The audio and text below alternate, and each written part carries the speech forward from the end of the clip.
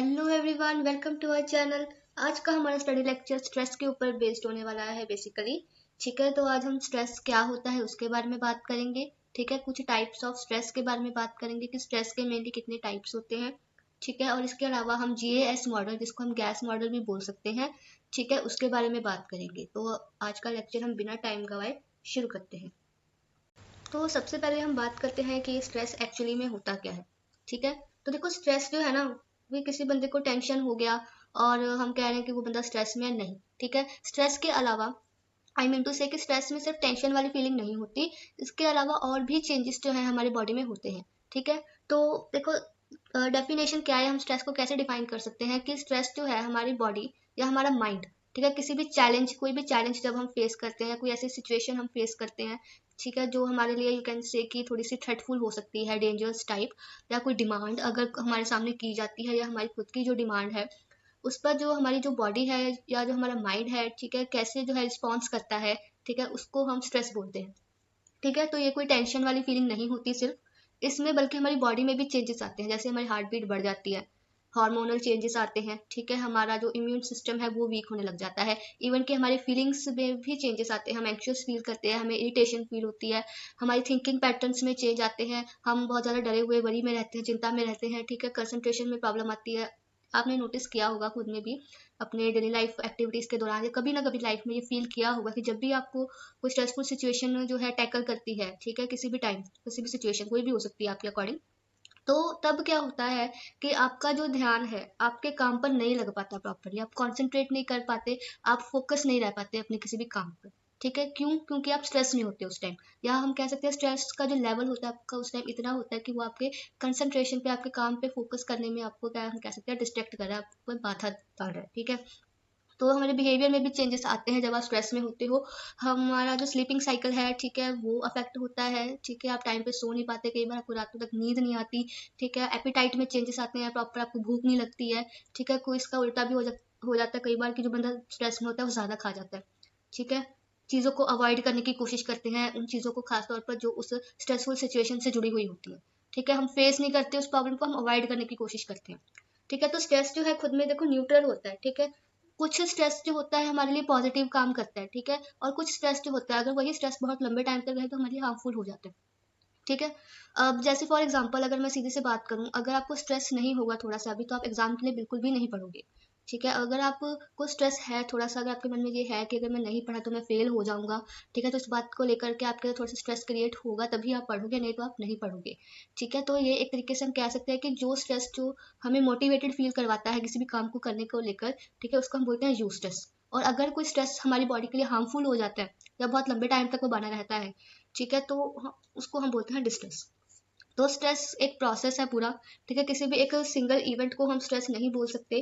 ठीक है, अब जो हो रहा है या किसी भी चीज़ के कारण, जिसके कारण हमें स्ट्रेस हो रहा है, उसको हम बोलेंगे स्ट्रेसर। समथिंग हैपन, कोई भी सिचुएशन हो सकती है, कोई चीज़ हो सकती है, कोई बात हो सकती है, कोई माइंड में कोई ऐसा थॉट हो सकता है पर प्रीवियस स्ट्राइक किया हुआ। ठीक है, तो कुछ भी जो हुआ है, ठीक है, या हैपन हुआ है, ठीक है, उसको हम बोलेंगे स्ट्रेसर।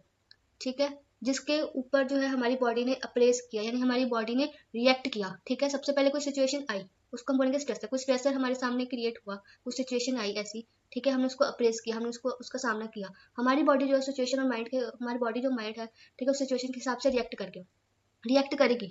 ठीक है, या तो हम उस सिचुएशन से कोप करेंगे, ठीक है, यानी उसको हैंडल कर लेंगे, ठीक है, या फिर हम उसको कोप करने में फेल हो जाएंगे। ठीक है, तो ये कोपिंग और फेलिंग का जो फैक्ट है ना, ठीक है, इसी के ऊपर हमारी स्ट्रेस मैनेजमेंट टेक्निक्स जो है बनी हुई होती हैं। ठीक है, जो लोग अपने स्ट्रेस को हैंडल नहीं कर पाते, ठीक है, फेल हो जाते हैं स्ट्रेस को हैंडल करने के में, उनके लिए स्ट्रेस मैनेजमेंट टेक्निक्स जो है वो होती हैं। ठीक है, कुछ जो सिचुएशन है, ठीक है, उसको अगर वो उस पर्सन हैंडल कर पा रहा है, इट मीन्स कि उसकी जो स्ट्रेस मैनेजमेंट की जो स्किल्स हैं वो अच्छी हैं। ठीक है, तो शॉर्ट टर्म और लॉन्ग टर्म इसके कंसिक्वेंसेस हो सकते हैं स्ट्रेस के। ठीक है, अगर तो स्ट्रेस बहुत लंबे टाइम तक रहता है तो वो हमारे हार्मफुल भी हो जाता है। तो अभी स्ट्रेस और स्ट्रेसर में डिफरेंस ही है कि स्ट्रेस हमारी बॉडी और माइंड का रिएक्शन होता है किसी भी डिमांड को लेकर, प्रेशर को लेकर, चैलेंज को लेकर। ठीक है, ये ऐसे है कि हम कैसा जो है फील कर रहे हैं, कैसे हम रिस्पॉन्ड कर रहे हैं, हमारी बॉडी माइंड कैसे रिस्पॉन्ड कर रही है जब भी कोई चीज़ हमारे नॉर्मल लाइफ में डिस्टर्बेंस क्रिएट करती है। ठीक है, स्ट्रेसर जो है वो एक तरीके की कोई भी चीज़ हो सकती है, कोई भी सिचुएशन हो सकती है जिसके कारण हमें स्ट्रेस होगा। ठीक है, जैसे आपका एग्जाम है तो एग्जाम क्या हो गया, आपका स्ट्रेसर है। ठीक है। और टेंशन, वरी और फास्ट हार्ट बीट ये एक प्रोसेस है, ये एक चीज़ें आपके अंदर होती हैं जब आपको स्ट्रेस होता है। ठीक है। तो याद रखने वाली क्या चीज़ है इसमें कि स्ट्रेसर जो है कॉज, कारण, ठीक है, जिसके कारण हमें स्ट्रेस हुआ, अभी क्या कारण है जो हम स्ट्रेस फील कर रहे हैं। ठीक है। स्ट्रेस हो गया हमारा इफेक्ट, कि जब वो सिचुएशन या कोई भी चीज़ हमारे सामने आ रही है जो हमें ट्रिगर कर रही है, डिस्टर्ब कर रही है, हमारी डिस्टर्बेंस लेके आ रही है नॉर्मल लाइफ में, तो उस पर हम कैसे इफेक्ट कर रहे हैं, हमारी बॉडी हमारा माइंड कैसे उस पर इफेक्ट कर रहा है, हमारी बॉडी माइंड के ऊपर उसका क्या असर पड़ रहा है, ठीक है, उसको हम बोलेंगे स्ट्रेस। ओके। उसके बाद है type of stress and stressors. देखो स्ट्रेस जो है ना काइंड्स, अगर मैं मेन बात करूं, अगर मैं मेनली बात करूं, ठीक है, तो दो ही टाइप के स्ट्रेस होते हैं, एक तो होता है यू स्ट्रेस और एक होता है डिस्ट्रेस। ठीक है। एक होता है क्रॉनिक स्ट्रेस। ठीक है। इसके अलावा और दो टाइप्स होते हैं, एक होता है एक्यूट और एक होता है एपिसोडिक एक्यूट। ठीक है।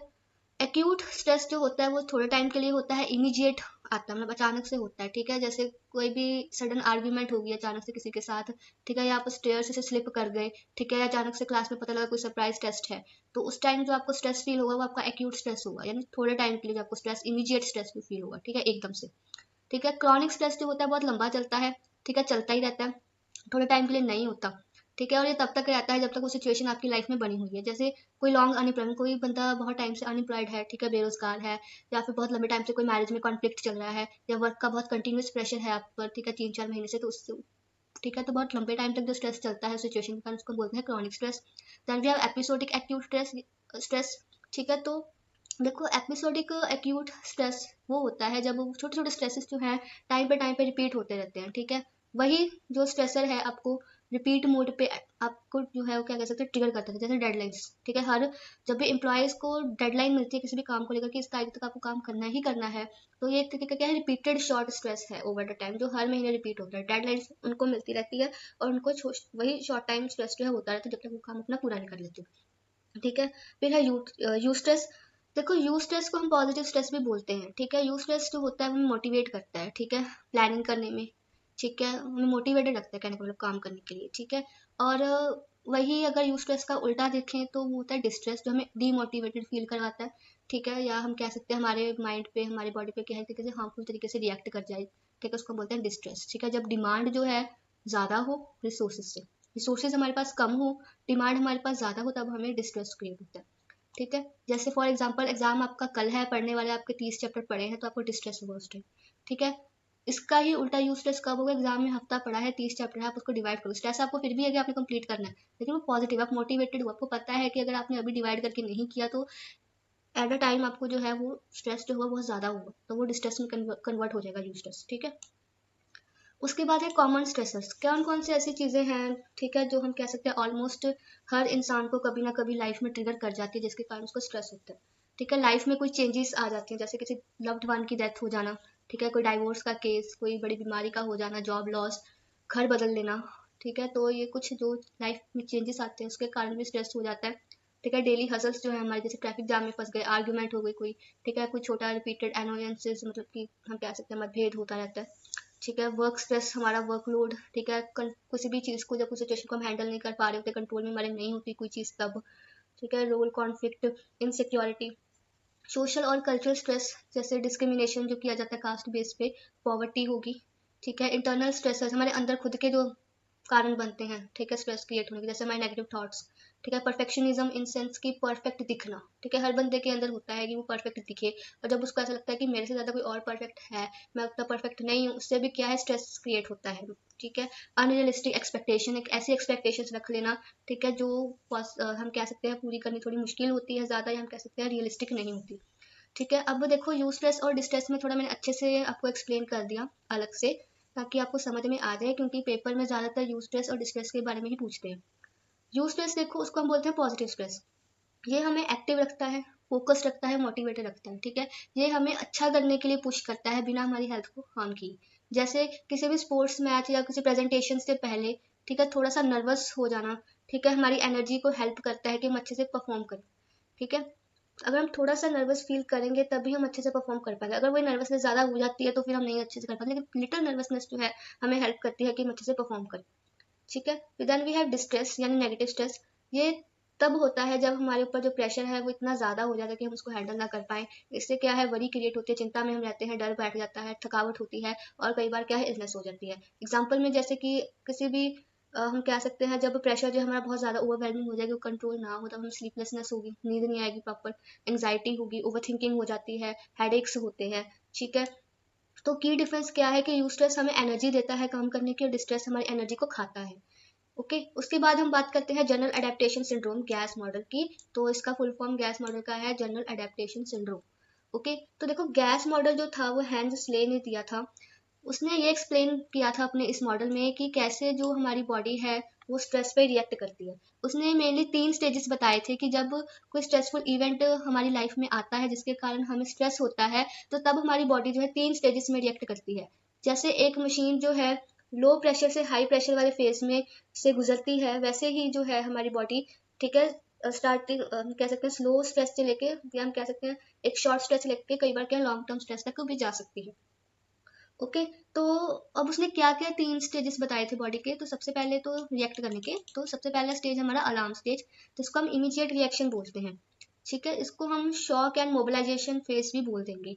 ठीक है, जैसे इसको हम कैसे एक्सप्लेन कर सकते हैं कि जैसे कोई यू कैन से कोई स्ट्रेसफुल सिचुएशन आपको हिट करी, कोई भी हो सकती है वो, ठीक है, आप अपने अकॉर्डिंग देख सकते हो, अपने एक्सपीरियंसेस के बेस पे कोई भी इमेजिन कर सकते हो। ठीक है, तो देखो कोई भी सिचुएशन आपके सामने आई जिसके कारण आपको स्ट्रेस क्रिएट होना शुरू होगा, तब क्या होगा कि जब आपको स्ट्रेस होना शुरू होगा ना, क्यों होगा, क्योंकि उस टाइम जो है जब बॉडी को ये लगेगा कि ये सिचुएशन जो है उसके लिए हैंडल करनी थोड़ी मुश्किल है, वो हमारी नॉर्मल लाइफ में जो है इम्बेलेंस या हम कह सकते हैं डिस्टर्बेंस लेके आ रही है, तब उस टाइम पे हमारी जो बॉडी का जो सिंपैथेटिक नर्वस सिस्टम है वो ऑन हो जाएगा। ठीक है, एड्रेनालाइन जिसको हम फाइट एंड फ्लाइट हार्मोन भी बोल देते हैं जो, ठीक है, तो एड्रेनालाइन और नॉर एड्रेनालाइन, ठीक है, 2 हार्मोन्स हैं जो एक्टिव हो जाते हैं उस टाइम। इसके साथ ही जो कॉर्टिसोल लेवल है जिसको हम स्ट्रेस हार्मोन भी बोलते हैं, वो बढ़ना शुरू हो जाता है। ठीक है, उस जब ये हमारा सिंपैथेटिक नर्वस सिस्टम एक्टिव हो जाता है तब हम अलर्ट मोड में आ जाते हैं, टेंस फील करते हैं, और कई बार कि हमारी बॉडी जो है शेक होने लग जाती है। ठीक है, हार्ट बीट और हमारी ब्रीथिंग में चेंजेस आते हैं, हार्ट बीट बढ़ जाती है। ठीक है, ब्रीथिंग भी कई बार हम कह सकते हैं बढ़ जाती है। ब्लड फ्लो हमारा जो है डायरेक्टली हमारे मसल्स तक पहुंचाया जाता है। ठीक है, अब इस स्टेज का शॉर्ट टर्म बेनिफिट ये है कि हम उस टाइम जल्दी रिएक्ट करेंगे, ठीक है, उस सिचुएशन पर। ठीक है, या तो हम भागेंगे, ठीक है, या फिर हम उस प्रॉब्लम को सॉल्व करेंगे। ऑब्वियसली बात है, जब एड्रेनालाइन हार्मोन हमारा एक्टिव होगा, ठीक है, किसी भी थ्रेटफुल सिचुएशन के टाइम, तब 2 ही चीजें होती हैं, या तो हम उस सिचुएशन की प्रॉब्लम को सॉल्व कर जाते हैं या फिर हम सिचुएशन से भागते हैं। ठीक है, अगर बॉडी को या माइंड को ये लगे कि ये जो सिचुएशन मुझसे हैंडल नहीं होगी, तब वो भागेगी, एस्केपिज्म में आ जाएगी। ओके, जैसे एग्जांपल दिया इन्होंने कि आपको अचानक से कोई बैड न्यूज़ मिल गई, ठीक है, तब हमारी हार्ट रेट बढ़ जाएगी। ठीक है, हम एक तरीके से कह सकते हैं हमारा जो क्या कह सकते हैं बॉडी जो है एकदम एज पे काम कर रही होगी, ठीक है, बहुत फास्ट। ठीक है, हमारा जो क्या कह सकते हैं बॉडी का काम काज है वो लग जाएगा, हमारा एपिटाइट स्लो डाउन हो जाएगा उस टाइम बस। ठीक है, खाना पीना जो होता है, डाइजेशन सिस्टम हमारा स्लो हो जाता है, और रेस्पिरेटरी सिस्टम हमारा बढ़ जाता है, अप पे चला जाता है, तभी हमारी हार्ट रेट बढ़ जाती है, ब्रीथिंग प्रॉब्लम्स में स्पीड अप आ जाता है। तो सबसे पहला हमारा स्टेज हो गया अलार्म स्टेज, जिसपे हमारी जो सिंपैथेटिक नर्वस सिस्टम एक्टिव हो जाती है, जिससे हम अलर्ट मोड पे आ जाते हैं, हमारी बॉडी के पास शेकी फील करती है, ब्रीथिंग और हार्ट रेट बढ़ जाती है। इसके कारण क्या है, हम उस सिचुएशन को जल्दी से रिएक्ट कर पाते हैं सिचुएशन में, या तो हम स्केप करेंगे या फिर हम उस प्रॉब्लम को सॉल्व करेंगे। Then we have second stage, वो है रेजिस्टेंस, जिसको हम कोपिंग और एडेप्टेशन भी बोलते हैं। अगर तो वो स्ट्रेसर, वो सिचुएशन लंबे टाइम तक हमारे सामने है, कंटिन्यू रहेगी, तब हमारी बॉडी क्या करेगी, उस सिचुएशन में अडेप्ट होने की कोशिश करेगी और उसको कोप करने की कोशिश करेगी, उसको हैंडल करने की कोशिश करेगी। फिजियोलॉजिकल अराउजल जैसे हमारे हार्मोन्स जो है वो एलिवेट रहेंगे, पर लोअर लेवल पे, सस्टेन लेवल पे बॉडी जो है हार्ड काम करेगी, ठीक है, डैमेज को रोकने के लिए कि हमारी बॉडी में डैमेज ना हो, या वो उस बॉडी को डैमेज ना हो। ठीक है, इसको रेजिस्ट करने के लिए हमारी जो बॉडी है वो पूरा जोर लगाएगी, अपना हार्ड काम करेगी पूरा। ठीक है, ताकि उससे सिचुएशन से कोप कर जाए, उसमें अडेप्ट हो सके। ठीक है, हम क्या कर, you may perform for a while, ठीक है, हम भले ही सिर्फ थोड़े टाइम के लिए सिचुएशन से डील कर रहे हो, पर जो हमारे फिजियोलॉजिकल रिसोर्सेज हैं, जैसे हमारा जो एनर्जी स्टोर होता है, हमारे अंदर जितनी भी एनर्जी उस टाइम प्रेजेंट होती है, हमारा इम्यून फंक्शन जो है, ठीक है, वो धीरे धीरे जो है यूज होना शुरू हो जाता है, जितना भी हमने बचा रखा होता है। साइकोलॉजिकल अडेप्टेशंस में हमारी प्रॉब्लम सॉल्विंग आ जाती है। ठीक है, हम हेल्प ढूंढते हैं और कुछ कोपिंग स्ट्रेटेजीज का यूज करते हैं। जैसे एग्जांपल के तौर पे कि एक स्टूडेंट है, ठीक है, उसने अपने एक एग्जाम के लिए पूरा मंथ जो है इंटेंसिवली स्टडी किया। ठीक है, उसने काम किया, उसने फंक्शन किया, करता गया। ठीक है, पर उसका जो स्लीप और इम्यून फंक्शन था वो सफर कर गया उसके कारण। ठीक है, तो इसलिए जब उसने बीच में कोई रेस्ट नहीं लिया या बहुत कम रेस्ट लिया, जब उसकी बॉडी को आराम चाहिए था तब भी उसने आराम नहीं किया, उसने अपनी बॉडी को एक तरीके से हार्ड मोड पे लगा दिया। ठीक है, हम अगर बोले उसने अपनी बॉडी के साथ धक्का कर दिया, एक तरीके से उसको धक्का दे दिया कि तू कर कर रुकना नहीं है।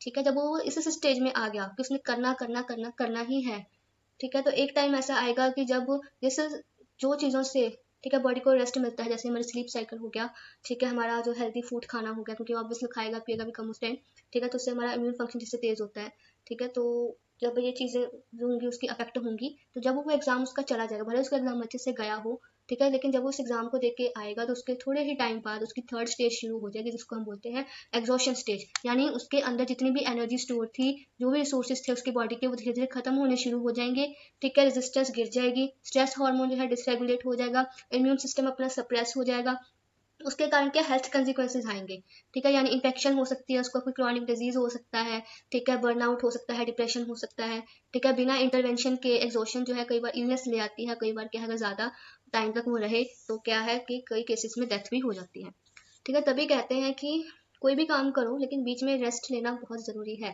ठीक है। अगर हम अपनी बॉडी को लगातार काम पे लगा ही रखेंगे, जब उसको रेस्ट की एक्चुअल ज़रूरत है, अगर हम तब भी उससे काम करवाते रहेंगे, तो एक टाइम ऐसा आएगा जब हमारी बॉडी की सारी एनर्जी जो है वो ख़त्म हो जाएगी, ठीक है, हमारे अंदर इतनी एनर्जी नहीं होगी कि हम उस डिजीज या कोई इलनेस अगर हमारे ऊपर अटैक करिए, हमारे इम्यून सिस्टम इतना स्ट्रॉन्ग नहीं होगा कि वो उससे क्या कह सकते हैं डील कर जाए, तब जो वो इलनेस हमें होने के या कोई बीमारी या बीमार होने के चांसेस हमारे टाइम बढ़ जाते हैं, ठीक है। Hope you understand what I want to say is okay. तो हर स्टूडेंट को, हर एक इंसान को जो मुझे सुन रहा है, मेरी एडवाइस यही है कि जब भी आप स्ट्रेस में हो तो स्ट्रेस सिचुएशन में काम करो, ठीक है, उसको हैंडल करने की कोशिश करो, लेकिन अपनी बॉडी के साथ इतना भी हम कह सकते हैं धक्का मत करो कि वो इतनी ज़्यादा एग्जॉस्शन स्टेज में चली जाए जिसके कारण क्या बाद में आपकी बॉडी इल पड़ जाए, तो तब आप ज़्यादा पछताओगे जब आपको हफ्ता बेड पे रहना पड़ेगा, ठीक है। उन लोगों के लिए खास तौर पे कह रही हूँ जिनको फ्री बैठना नहीं पसंद होता, ठीक है, जब वो हफ्ता बीमारी के कारण बेड पे लेट जाते हैं, उनको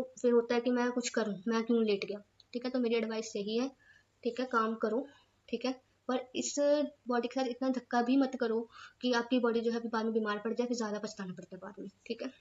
इससे अच्छा अपना काम ही टाइम पे पूरा रखो कि इतना स्ट्रेस आपको हो ही ना।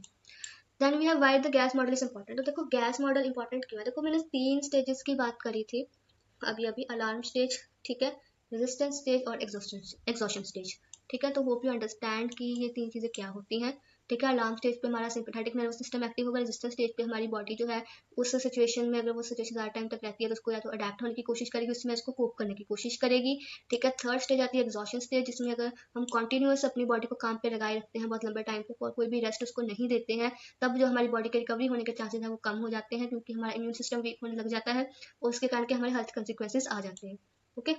तो गैस मॉडल जो है ना, वो ये शो करता है कि कैसे जो क्रॉनिक स्ट्रेस है हमारे लिए हार्मफुल है, ठीक है, और कैसे जो ठीक है, और क्या जो हमारी हेल्प कर सकता है, ठीक है, शॉर्ट रन में, जिससे क्या है कि ये जो स्ट्रेस है लॉन्ग टर्म तक ना रहे, ठीक है, और रेस्ट और रिकवरी अगर ना हो तो क्या क्या हो सकता है, ठीक है। तो वही बात है, रेस्ट एंड रिकवरी बहुत जरूरी है, ठीक है, तो क्रॉनिक स्ट्रेस से बचना है।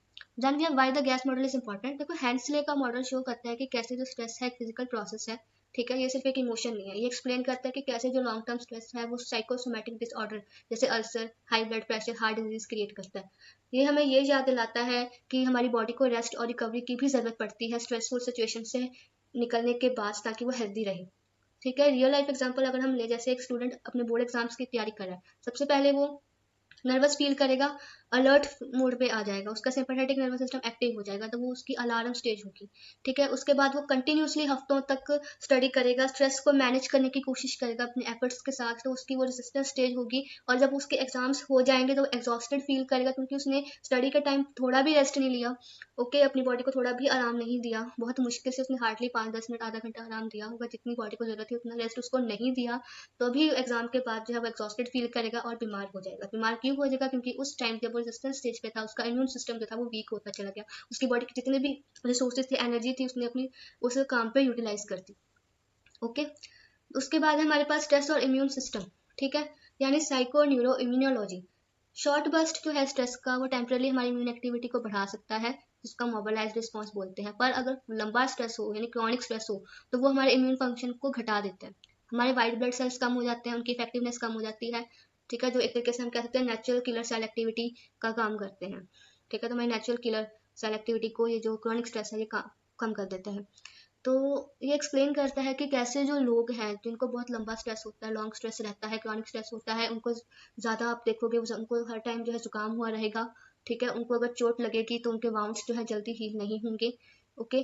और ये हम कह सकते हैं कुछ आउटकम्स हैं, कुछ सिम्टम्स हैं। जब भी आप देखो ना, हम कहते हैं यार इस बंदे को तो हर टाइम गर्मी में भी जुकाम हुआ रहता है, या हम कह सकते हैं साल के 12 महीनों में 10 महीने या यू कैन से आधा टाइम या आधा साल तो उसका जुकाम ही रहता है। तो इसका मतलब ये नहीं है कि उसका क्यों है, उसका इम्यूनिटी वीक है। इम्यूनिटी वीक क्यों, मे बी उसका जो वो क्या कह सकते हैं, वो इंसान जो वो स्ट्रेस में होगा। ऑब्वियसली वो बंदा स्ट्रेस में होता है जिसको ज़्यादा कोल्ड होते हैं। ओके, और जिसकी चोट जल्दी ठीक नहीं होगी उसके भी चांसेस है कि वो पर्सन जो है स्ट्रेस में है। ओके, तो ये कुछ साइंस होते हैं। इसके अलावा और भी साइंस होते हैं जिसमें पता लगता है कि वो जो पर्सन है वो क्रॉनिक स्ट्रेस से गुजर रहा है। ओके, तो फील्ड स्टडिंग माइंड, तो वो फील्ड जो माइंड को स्टडी करती है, ब्रेन को स्टडी करती है, इम्यून सिस्टम को स्टडी करती है। ठीक है, इन तीनों के कनेक्शन को जो स्टडी करती है, जो फील्ड माइंड, ब्रेन और इम्यून सिस्टम के, कि कैसे हमारा माइंड, ब्रेन और इम्यून सिस्टम आपस में कनेक्टेड है, उसको हम बोलते हैं साइको न्यूरो इम्यूनोलॉजी। ओके, उसके बाद है health consequences of prolong stress. अगर बहुत लंबे टाइम तक आपको स्ट्रेस रहता है, उसके कारण आपकी हेल्थ पे क्या क्या असर पड़ेगा। कार्डियोवैस्कुलर डिजीज हो सकते हैं, हाइपरटेंशन, बीपी बढ़ जाता है, आपका हार्ट अटैक हो जाते हैं। ठीक है, गैस्ट्रो इंटेस्टाइनल इश्यूज यानी अल्सर की प्रॉब्लम हो सकती है। इम्पायर्ड इम्यून रिस्पॉन्स, ज़्यादा इन्फेक्शन होंगी आपको। ठीक है, कोई वाउंड आपको अगर कोई चोट लगेगी तो जल्दी हील नहीं होगी। मेटाबॉलिक प्रॉब्लम्स आएंगी, वेट गेन हो जाएगा, डायबिटीज हो सकती है आपको। मेंटल हेल्थ प्रॉब्लम्स आएंगी, obviously depression, anxiety, burnout, PTSD आ सकता है, PTSD post traumatic stress disorder. Okay, then we have sleep disturbances आएंगे, आपको प्रॉपर नींद नहीं आएगी, कंसंट्रेशन में प्रॉब्लम आएगी और इरिटेशन होगी। उसके बाद है, कहते हैं कि 2 साइकोलॉजिकल पाथवेज बताओ स्ट्रेस रिस्पॉन्स के। जब हमारा ब्रेन डेंजर को सेंस कर लेता है तो 2 बॉडी सिस्टम हमारे एक्टिव होते हैं। ठीक है, उस टाइम पे इकट्ठे काम करने के लिए। सबसे पहले हमारा सिंपैथेटिक नर्वस सिस्टम जो बहुत जल्दी रिस्पॉन्स करने के लिए जाना जाता है, तो ये विद इन सेकंड्स एक्ट करेगा, फाइट और फ्लाइट रिएक्शन में आएगा। हाइपोथैलेमस जो होगा, हमारे ब्रेन का एक पार्ट है हाइपोथैलेमस, तो हाइपोथैलेमस जो होगा वो एड्रिनल मेडुला, जहाँ से एड्रिनलाइन रिलीज होता है, उसको सिग्नल भेजेगा। बाद में फिर वो एड्रिनल मेडुला जो होगा एड्रिनलाइन और नोर एड्रिनलाइन को रिलीज करेगा। ये जो हॉर्मोन्स होते हैं एड्रिनलाइन और नोर एड्रिनलाइन, ये हमारी हार्ट रेट को, हमारे ब्लड प्रेशर को, हमारी ब्रीथिंग को जो है इंक्रीज कर देते हैं और हमारे ब्लड को डायरेक्टली मसल्स में भेजते हैं। ठीक है, तो सिंपैथेटिक नर्वस सिस्टम का पर्पस क्या है, हमें प्रिपेयर करना इमीडिएट एक्शन के लिए। जैसे कोई डॉग जो है अचानक से हमारे पर भौंक पड़ा, ठीक है, हमारे पीछे पड़ गया, तो हमारा हार्ट बीट बढ़ जाएगा। ठीक है, हम जल्दी जल्दी भाग में आएंगे, फाइट और फ्लाइट में आएंगे, ऑब्वियसली हम भागेंगे उस टाइम, उसके साथ लड़ेंगे थोड़ी। उसके बाद है एचपीए एक्सिस। एचपीए यानी hypothalamus, pituitary and adrenal cortex. Okay, तो एचपीए एक्सेस जो है हमारा स्लोअर, लॉन्गर और लास्टिंग रिस्पॉन्स के लिए होता है। ठीक है, जब अगर स्ट्रेस बहुत लंबे टाइम तक हमें रहता है, वो स्ट्रेसर हमारे लाइफ में बहुत लंबे टाइम तक असर डाल रहा होता है, तो हमारा एचपीए एक्सेस एक्टिवेट होता है। ये कॉर्टिसोल नाम का जो हार्मोन है वो रिलीज करता है, जिसको हम स्ट्रेस हार्मोन भी बोलते हैं। और कॉर्टिसोल जो है हमारे एनर्जी को लंबे टाइम तक अवेलेबल रखता है, हमारा ब्लड में शुगर के लेवल को बढ़ा के। ठीक है, तो इससे क्या है, हमें हेल्प मिलती है कि हम स्ट्रेस से जो है काफ़ी दिनों तक, काफ़ी घंटों तक जो है डील कर पाएँ। ठीक है, पर इसमें एक प्रॉब्लम भी आती है। अगर कॉर्टिसोल जो है बहुत ज़्यादा रहे हमारी बॉडी में, बहुत लंबे टाइम तक इंक्रीज रहे, उससे हमें क्या है, क्रॉनिक स्ट्रेस हो जाता है, जिससे हमारा इम्यून सिस्टम वीक हो जाता है और हमारी हेल्थ को डैमेज होता है। ठीक है, तो इसके एग्जाम्पल जैसे बहुत कंटिन्यूस एग्जाम, लगातार एग्जाम चलते रहना, या जॉब की टेंशन जो हमारे कॉर्टिसोल लेवल को बढ़ाने लगती है, जिससे क्या है फटीग या इलनेस हो सकती है। उसके बाद हमारे पास लेजारस अप्रेजल थ्योरी। ठीक है, तो लेजारस अप्रेजल थ्योरी जो है, ये इस पर बेस्ड है कि कैसे जो लोग हैं या क्यों जो लोग हैं, ठीक है, एक सिचुएशन पर, जो स्ट्रेसफुल सिचुएशन है उस पर डिफरेंटली रिएक्ट करेंगे। देखो, ये मैंने पिछली वीडियो में भी बताया था जब मैंने मॉडल्स और कॉजेस की बात की थी साइकोपैथोलॉजी के, कि हर बंदे के लिए वो सिचुएशन ज़रूरी नहीं स्ट्रेसफुल हो।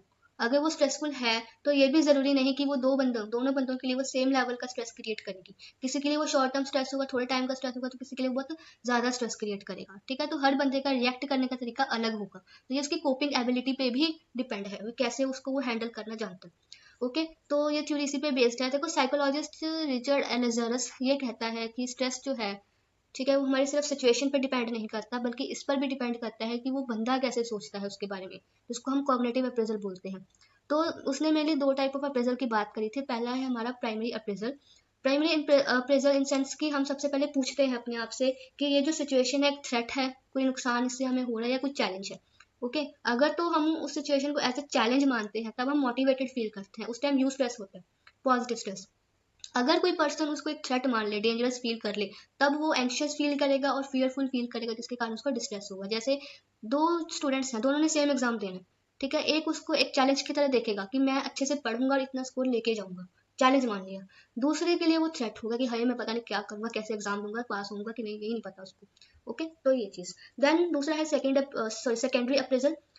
सेकेंडरी प्रेशर यानी कि इसके बाद हम सोचते हैं कि हम उस सिचुएशन को हैंडल कैसे करेंगे, क्या मेरे पास इतनी स्किल्स है, टाइम है, सपोर्ट है कि मैं उस सिचुएशन को उस सिचुएशन को जो हैंडल कर सकूं। अगर तो हमारा आंसर आता है यस, तब जो स्ट्रेस है हमें कम होगा, क्योंकि हम उसको कंट्रोल में रख पाएंगे।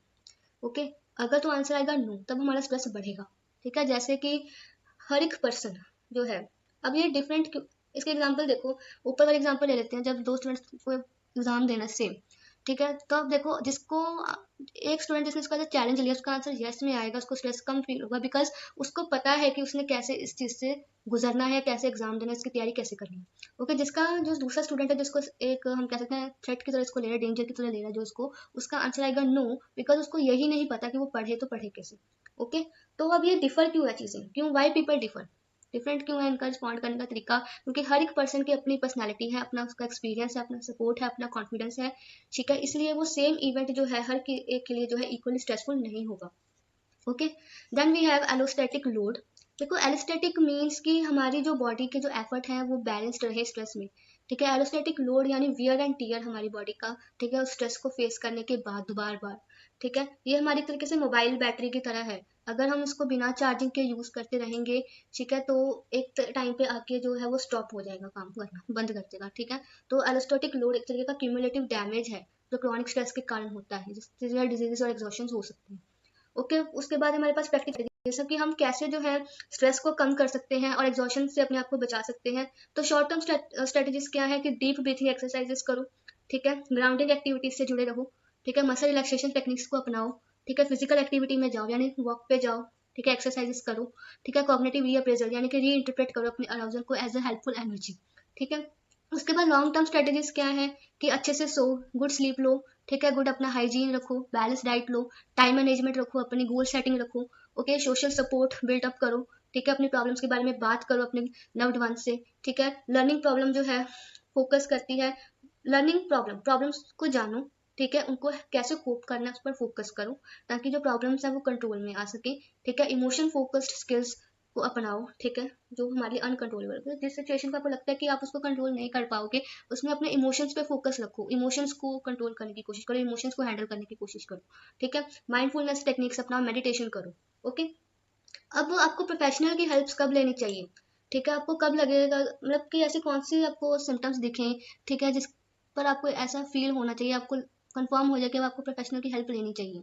ठीक है, जैसे अगर आपको परसिस्टेंट इंसोम्निया हो रही है, प्रॉपर नींद नहीं आ रही लंबे टाइम से, ठीक है, पैनिक अटैक्स आ रहे हैं, बहुत ज़्यादा एंग्जाइटी हो रही है, डिप्रेशन के सिम्टम्स दिख रहे हैं, ठीक है, क्रॉनिक स्ट्रेस आपकी डेली फंक्शनिंग को अफेक्ट कर रहा है, ठीक है, बीमार पड़ रहे हो बार बार, ठीक है, तो अगर आपको ये सब चीज़ें दिख रही हैं अपने हेल्थ में, तो आपको जो है प्रोफेशनल्स की हेल्प लेनी चाहिए, मेंटल हेल्थ एक्सपर्ट्स की या डॉक्टर्स की। ठीक है, थेरेपीज इसमें जो है सीबीटी दी जाती है, स्ट्रेस मैनेजमेंट प्रोग्राम्स में जो है इन्वॉल्व किया जाता है उन लोगों को, ठीक है, बायो फीडबैक उनसे लिया जाता है, साइकोथेरेपी होती है, ठीक है, कुछ मेडिकेशंस भी जो है दी जाती हैं एंग्जाइटी और डिप्रेशन के लिए।